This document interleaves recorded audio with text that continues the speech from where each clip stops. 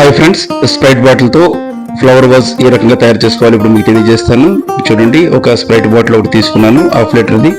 దానికి ఈ చూపించిన షేప్ విధంగా పై పార్ట్ ఇక్కడ ఆల్రెడీ ఉంటుంది, ఆ అర ప్రకారం ఇలా కట్ చేసాను. ఇది పక్కన పెట్టుకుందాం. ఇప్పుడు తర్వాత కింద పార్ట్ ఉంది కదా, కింద బాటం పార్ట్, దాన్ని కూడా ఎందుకంటే మామూలుగా కట్ అవ్వట్లేదని నేను కత్తిని వేడి చేసి ఈ రకంగా కట్ చేస్తున్నాను.